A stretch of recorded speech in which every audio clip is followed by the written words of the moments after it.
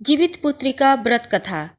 एक बार नैमिषारण्य के निवासी ऋषियों ने संसार के कल्याण के लिए सूत जी से पूछा, हे सूत, कराल कलिकाल में लोगों के बालक किस प्रकार दीर्घायु होंगे, सो कहिए। सूत जी कहते हैं, जब द्वापर का अंत और कलयुग का आरंभ था, उसी समय बहुत सी शोकाकुल स्त्रियों ने आपस में सलाह की कि क्या इस कली में माता के जीवित रहते पुत्र मर जाएंगे।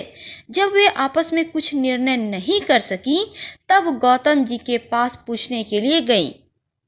जब उनके पास पहुंची तो उस समय गौतम जी आनंद के साथ बैठे थे। उनके सामने जाकर उन्होंने मस्तक झुकाकर प्रणाम किया और तदंतर स्त्रियों ने पूछा, हे प्रभु, इस कलयुग में लोगों के पुत्र किस प्रकार जीवित रहेंगे, इसके लिए कोई व्रत या तप हो तो कृपा करके बताइए। इस तरह उनकी बात सुनकर गौतम जी कहते हैं, आपसे मैं वही बात कहूँगा जो मैंने पहले से सुन रखी है। गौतम जी ने कहा, जब महाभारत युद्ध का अंत हो गया और द्रोण पुत्र अश्वत्थामा के द्वारा अपने बेटों को मरा देखकर सब पांडव बड़े दुखी हुए, तो पुत्र के शोक से व्याकुल होकर द्रौपदी अपनी सखियों के साथ ब्राह्मण श्रेष्ठ धौम्य के पास गई और उसने धौम्य से कहा, हे विपेंद्र, कौन सा उपाय करने से बच्चे दीर्घायु हो सकते हैं, कृपा करके और बताइए। ठीक ठीक कहिए। धौम्य बोले, सतयुग में सत्य वचन बोलने वाला, सत्याचरण करने वाला समदर्शी जिमुतवाहन नामक एक राजा था। एक बार वह अपनी स्त्री के साथ अपनी ससुराल गया और वहीं रहने लगा। एक दिन आधी रात के समय पुत्र के शोक से व्याकुल कोई स्त्री रोने लगी, क्योंकि वह अपने बेटे के दर्शन से निराश हो चुकी थी। उसका पुत्र मर चुका था।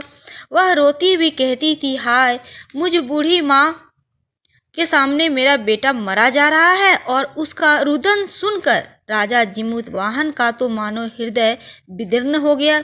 वह तत्काल उस स्त्री के पास गया और उससे पूछा, तुम्हारा बेटा कैसे मरा? बूढ़ी ने कहा, गरुड़ प्रतिदिन आकर गांव के लड़कों को खा जाता है।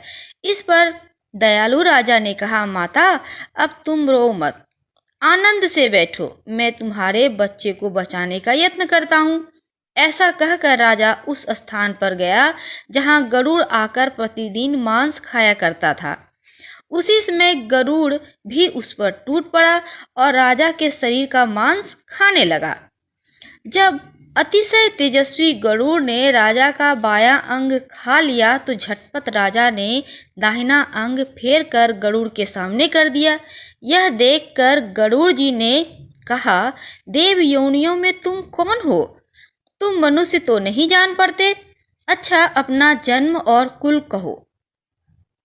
तब पीड़ा से व्याकुल मन वाले राजा ने कहा, पक्षीराज, इस तरह के प्रश्न करना व्यर्थ है। तुम अपनी इच्छा भर मेरा मांस खाओ। यह सुनकर गरुड़ रुक गए और बड़े आदर से राजा के जन्म और कुल की बात पूछने लगे। राजा ने कहा, मेरी माता का नाम सैव्या है और मेरे पिता का नाम शालिवाहन है। सूर्यवंश में मेरा जन्म हुआ है और जिमुतवाहन मेरा नाम है।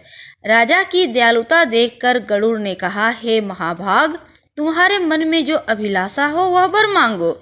तब राजा कहता है, हे पक्षीराज, यदि आप मुझे वर दे रहे हैं तो वर दीजिए कि अब तक आपने जिन प्राणियों को खाया है वे सब जीवित हो जाएं।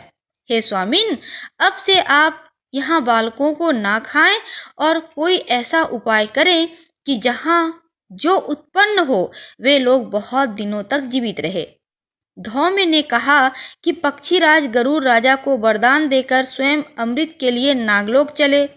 वहां से अमृत लाकर उन्होंने उन मरे हुए हड्डियों पर मनुष्यों की जो हड्डी थी उस पर बरसाया।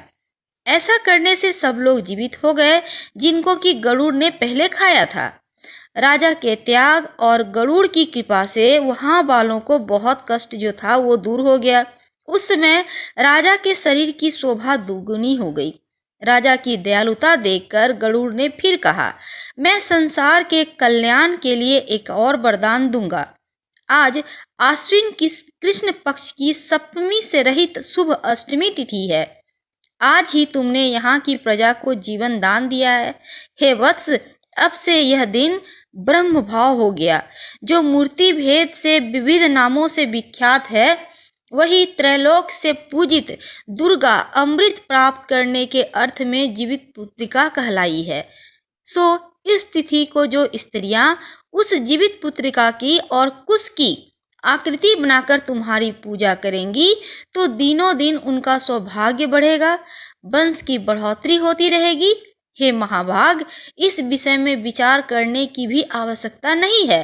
हे राजन, सप्तमी से रहित और उदया तिथि की अष्टमी को व्रत करें, यानी सप्तमी विद्ध अष्टमी जिस दिन हो उस दिन व्रत ना कर शुद्ध अष्टमी को व्रत करें और नवमी में पारण करें। यदि इस पर ध्यान न दिया जाए तो फल नष्ट हो जाएगा और सौभाग्य तो अवश्य नष्ट होगा।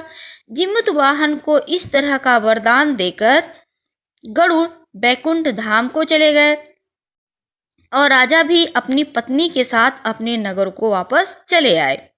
धौम्य द्रौपदी से कहते हैं, हे देवी, मैंने यह अतिशय दुर्लभ व्रत तुमको बतलाया है। इस व्रत को करने से बच्चे दीर्घायु होते हैं। हे देवी, तुम भी पूर्वोक्त विधि से यह व्रत करो और दुर्गा जी का पूजन करो, तो तुम्हें अभिलाषित फल प्राप्त होगा। मुनिराज धौम्य की बात सुनकर द्रौपदी के हृदय में एक प्रकार का कौतूहल उत्पन्न हुआ और पूर्ववासियों की स्त्री को बुलाकर उनके साथ यह उत्तम व्रत किया। गौतम ने कहा, यह व्रत और इसके प्रभाव को किसी एक चिल्ली ने सुन लिया और अपनी सखी सियारिन को बताया। इसके बाद पीपल की वृक्ष की शाखा पर बैठकर उस चिल्ली ने उस वृक्ष के खोते में बैठकर सियारिन को भी ने भी व्रत किया। फिर वही चिल्ली किसी उत्तम ब्राह्मण के मुंह से कथा सुनाई और पीपल के खोते में बैठी रही। अपनी सखी को सुनाया कथा। सियारिन ने आधी कथा सुनी थी कि उसे भूख लग गई और उसी समय वह सबसे भरे हुए श्मशान में पहुंची। वहां उसने इच्छा भर मांस का भोजन किया और चिल्ली बिना कुछ खाए पिए रह गई और सवेरा हो गया। सवेरे वह गौशाला में गई, वहां उन्होंने गाय का दूध पिया। इस तरह नवमी को उसने पारण किया।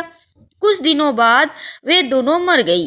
अयोध्या में किसी धनी व्यापारी के यहाँ जन्मी। संयोग से उन दोनों का जन्म एक ही घर में हुआ, जिसमें सियारिन बड़ी थी और चिल्ली छोटी थी। वे दोनों सभी शुभ लक्षणों से युक्त थी, इसलिए बड़ी लड़की काशीराज के और छोटी उनके मंत्री के साथ अग्नि के सामने विधि पूर्वक ब्याही गई। पूर्व जन्म के कर्म फल से वह मृगनयनी रानी हुई।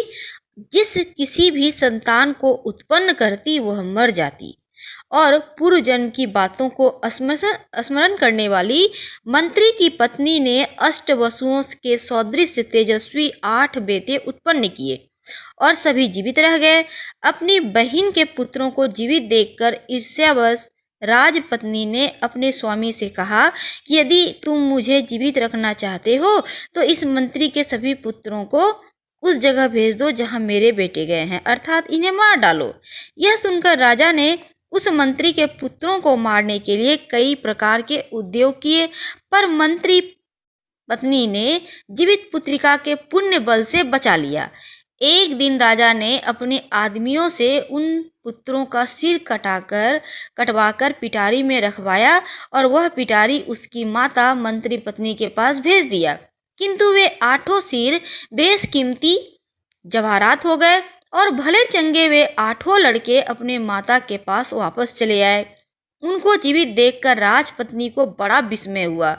अंत में वह मंत्री की पत्नी के पास आई और उसने पूछा, बहन, तुमने कौन सा ऐसा पुण्य किया है जिससे बार बार मारे जाने पर भी तुम्हारे बेटे नहीं मरते?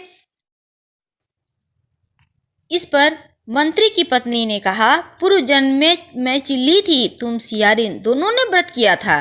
तुमने व्रत के नियमों का भली भांति पालन नहीं किया और मैंने किया।